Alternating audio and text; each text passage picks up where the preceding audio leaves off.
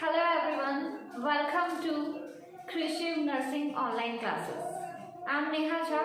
तो आज का हमारा टॉपिक है अम्बिलिकल कॉर्ड।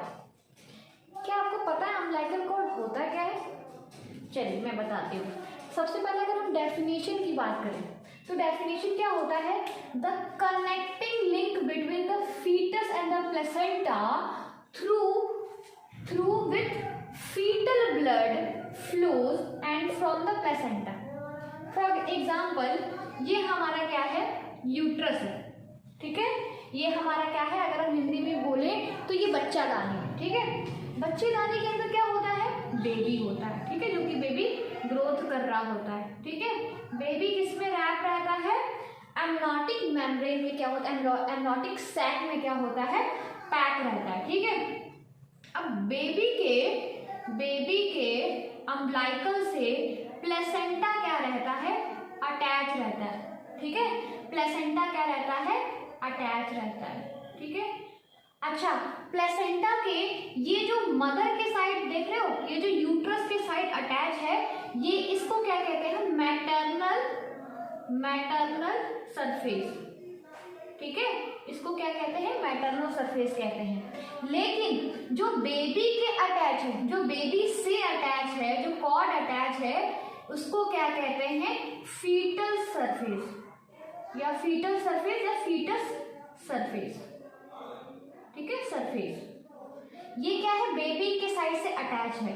तो ये जो आप कॉर्ड देख रहे हो जिसके थ्रू बेबी को सारा न्यूट्रिशन जा रहा है, ठीक है, प्लेसेंटा के थ्रू बेबी को जितने भी ट्रांसफर जा रहे हैं, न्यूट्रिशन जा रहा है, ब्लड सप्लाई जा रहा है, that is called umbilical cord. इसी को कहते हैं अम्बिलिकल कॉर्ड।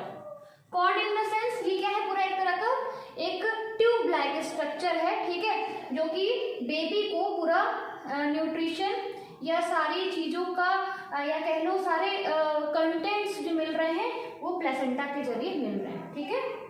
अच्छा, अगर हम बात करें कि इसका डेवलपमेंट कहाँ से होता है, अगर हम बात करें कि अम्बिलिकल कॉर्ड का डेवलप्ड कहाँ से हो रहा है, ठीक है, तो कनेक्टिंग स्टैक से होता है। कनेक्टिंग स्टैक क्या होता है? अगर हम बात करें, हम दूसरा डायग्राम देख के बात करते हैं, ठीक है। ये क्या है हमारा? ये है हमारा बेबी, ठीक है, ये हमारा बेबी है। अच्छा, आपको पता होना चाहिए कि बेबी एमनोटिक सैक में क्या होता है? रैप होता है, ठीक है। एमनोटिक सैक में क्या होता है? रैप होता है।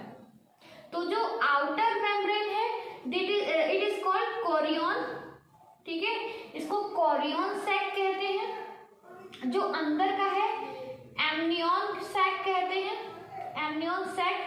और जो ये अंदर आप फ्लूइड देख रहे होते हो, this is called amniotic fluid. इसी को कहते हैं हम एमनोटिक फ्लूइड। तो ये जो कोरियन है, ये जो कोरियन है ना, जो बाहर का लेयर है, आउटर लेयर है, ये क्या होता है? इससे अटैच होता है, ये अटैच होता है, ठीक है। इसी को कहते हैं कनेक्टिंग सैक। ये क्या कर रहा है? जो कोरियन है ये बेबी के अम्बिलिकल से क्या हो रहा है? कनेक्टेड है, इसलिए इसको हम कहे हैं कनेक्टिंग स्टैक, ठीक है। अब एग्जाम्पल के तौर पे अगर बात करें, आप गुब्बारा देखे हो, ठीक है, बलून देखे हो। जो बलून होता है अगर उसको आप अंदर हाथ डालते हो, ठीक है, तो वो क्या चला जाता है? अंदर चला जाता है। आप देखे भी होंगे कि उस तरह का कभी आपको बलून मिलता है जो कि अंदर मतलब पूरा उसका इस तरह का ऐसे जैसे बलून है, ठीक है, ये ऐसे है, ठीक है। तो अगर आप उसको अंदर करके करोगे तो वो अंदर रैप हो जाता है, ठीक है। तो जो वो शेप बनाता है, जो ये ऐसा शेप बना रहा है, ठीक है, that is called connecting stack, ठीक है। अगर हम बात करें ब्लड वेसल्स की, मतलब इसमें कितने आर्टरीज होते हैं, कितने वेन्स होते हैं, तो रिमेंबर 2 आर्टरीज 1 वेन होते हैं, ठीक है। क्वेश्चन बहुत बार यहाँ से पुट ऑफ होता है कि कितने ब्लड वेसल्स पाए जाते हैं अम्बिलिकल कॉर्ड में, तो 2 आर्टरीज 1 वेन, ठीक है।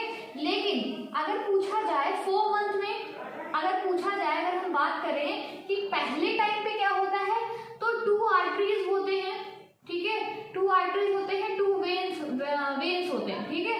लेकिन एट लास्ट में term pregnancy in the sense जब पूरी प्रेगनेंसी क्या हो जा रही है? कंप्लीट हो जा रही है, 9 मंथ कंप्लीट होता है, that is called term pregnancy, ठीक है। अगर आप टर्म प्रेगनेंसी में देखते हो तो आपको 2 आर्टरीज वेन्स दिखे, आई मीन 2 आर्टरीज 1 वेन दिखेंगे, ठीक है। लेकिन अगर आप अर्ली प्रेगनेंसी में देखोगे तो 2 वेन्स और 2 आर्टरीज होते हैं, ठीक है। अगर हम डायग्राम देख के बात करें तो ये क्या है आपका एपिडर्मल सेल्स बोलो, ठीक है। ये एक तरह का सेल है, ठीक है। यह एक ट्यूब है, वेसल्स है। वेसल्स है क्या? बेसिकली वेसल्स वो है जैसे आप पाइप देखते होगे, ठीक है।